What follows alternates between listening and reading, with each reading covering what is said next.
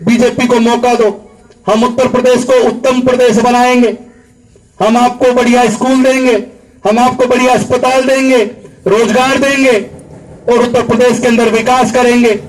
तरह तरह के उन्होंने वायदे किए थे, अगर आपको याद हो। आज ग्राम कलौंदा में जो जनसंवाद कार्यक्रम हुआ आम आदमी पार्टी का, क्या इसका मकसद था? और देखिए, जनसंवाद कार्यक्रम जो था सिर्फ आम आदमी की पार्टी की अपनी बात जनता तक पहुंचाने का कार्यक्रम था, ना तो ये कोई जनसभा थी। ये एक सिंपल तरीके से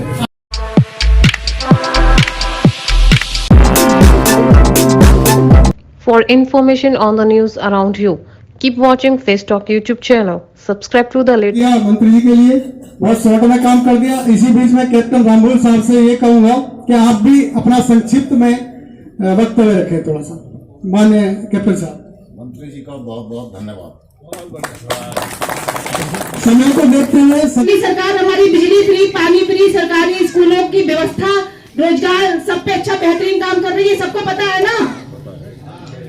जोर से बोलिए, सबको पता है ना? तो क्या आप लोग उत्तर प्रदेश में ऐसी सरकार चाहते हैं कि नहीं चाहते हैं?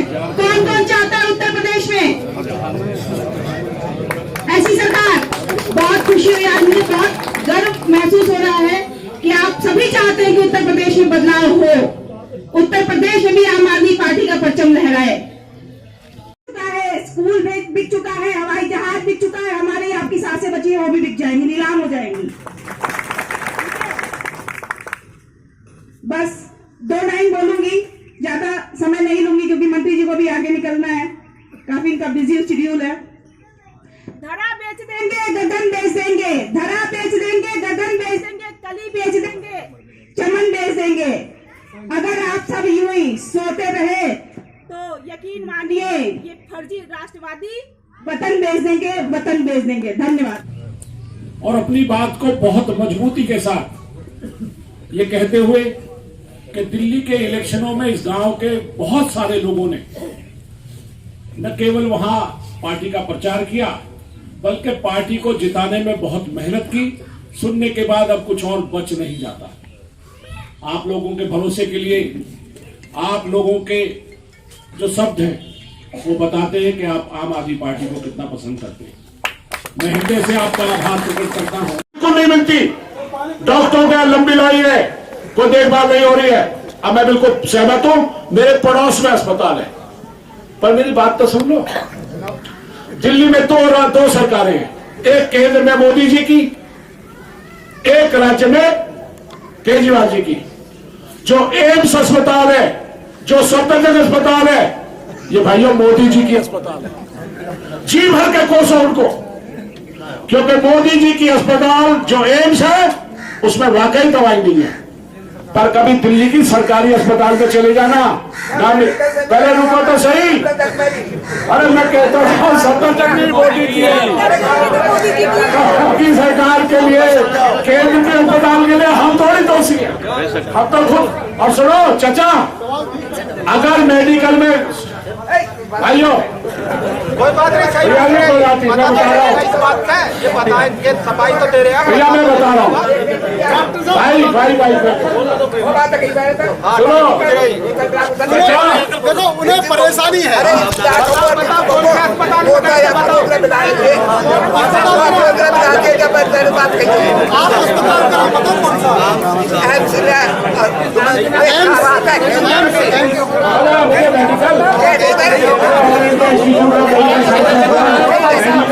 अगर all India institute of medical sciences जो मोदी जी की अस्पताल है, जो केंद्र सरकार की अस्पताल है, अगर उसमें इलाज सही हो रहा होता, डॉक्टर सही करते होते, दवाइयां सही मिलती, तो शायद केजरीवाल जी को नए नए अस्पताल बनाने की जरूरत नहीं पड़ती। ये इसीलिए तो केजरीवाल जी ने बनाए, इसलिए दिल्ली की सरकारों को इतनी ज्यादा ताकत दी गई है कि जो लोग एम्स में इलाज नहीं पा पाते, केंद्र सरकार जिनका देखभाल नहीं कर पा रही, चाहे वो सफदरजंग हो, चाहे वो all India institute of medical sciences जिसका नाम आप मेडिकल ले रहे हो, ये अस्पतालों में अगर इलाज सही हो रहा होता तो केजरीवाल जी को नए अस्पताल बनाने की जरूरत नहीं पड़ती, नए मोहल्ला क्लिनिक बनाने की जरूरत नहीं पड़ती।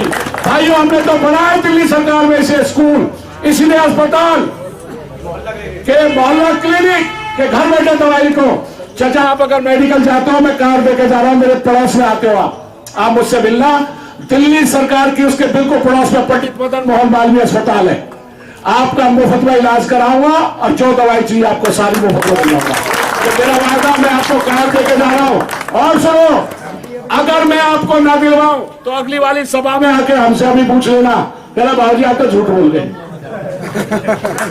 आप अगर मोदी जी के अस्पताल में जाओगे, एम्स में, और आपको इलाज नहीं मिले, उसके लिए केजरीवाल जी को दोष ना दो भाई। मैं आपको खाली हाथ का भी लौटने की जरूरत नहीं पड़ेगी। केजरीवाल जी के अस्पताल में जाओगे, सारा इलाज, सारी दवाई, पूरी की पूरी, पूरे टेस्ट सारे के सारे मुफ्त है। इसलिए कभी भी चाचा, मदन लाल है मेरा नाम, कार्ड देकर जा रहा हूं आपको, मेरे पड़ोस में आते हो, एम्स से नहीं दिलाऊंगा, जो केजरीवाल जी के अस्पताल है उसमें इलाज कराऊंगा आपका, और वहां सारी दवाइयां मुफ्त दिलाऊंगा। मेरे साथी, मेरे बड़े भाई, दिल्ली की कस्तूरबा नगर विधानसभा से विधायक एडवोकेट मदन लाल जी,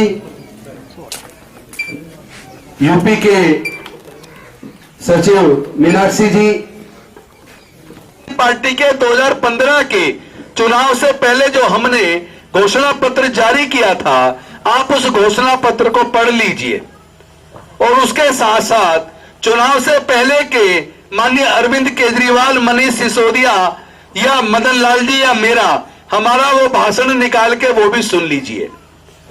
उसके बाद आप ये तुलना करके देखो कि भाई कौन सी पार्टी ऐसी है जिसने चुनाव से पहले घोषणा पत्र में अपनी जनता को जो वायदे किए थे, उनके बड़े नेताओं ने अपने चुनाव से पूर्व भाषण के अंदर जो जनता के साथ वायदे किए थे, ऐसी कौन सी देश की पार्टी है जिसने अपने घोषणा पत्र में किए हुए वायदों को पूरा किया?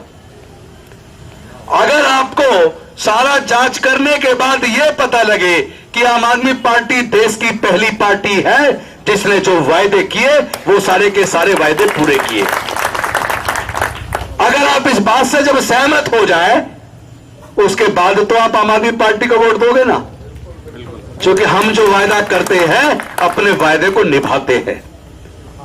हम अपने वचन को, अपने घोषणा पत्र को एक प्रतिज्ञा समझते हैं, और उस प्रतिज्ञा को चुनाव जीतने के बाद हम निभाना शुरू करते हैं। जब हम चुनाव जीतने के बाद, आपको याद होगा 14 फरवरी 2015 को रामलीला मैदान में सरकार की शपथ ग्रहण समारोह हुआ। उस शपथ ग्रहण के होते ही एक सप्ताह के अंदर दिल्ली की सरकार की कैबिनेट ने उस वक्त मीटिंग करके जो वायदा किया था, हम बिजली के दाम आधे कर देंगे और 20,000 लीटर पानी मुफ्त कर देंगे, वो हमने एक सप्ताह के अंदर करके दिखा दिया।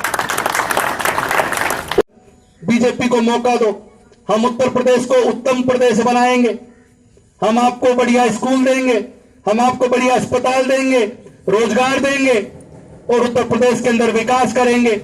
तरह तरह के उन्होंने वायदे किए थे, अगर आपको याद हो तो जब आप उनके घोषणा पत्र को पढ़ोगे और उनके सारे बड़े नेताओं के उस वक्त चुनाव से पहले के भाषण YouTube पे मिल जाएंगे। जब आप उन भाषणों को याद करोगे और उसके बाद आप ये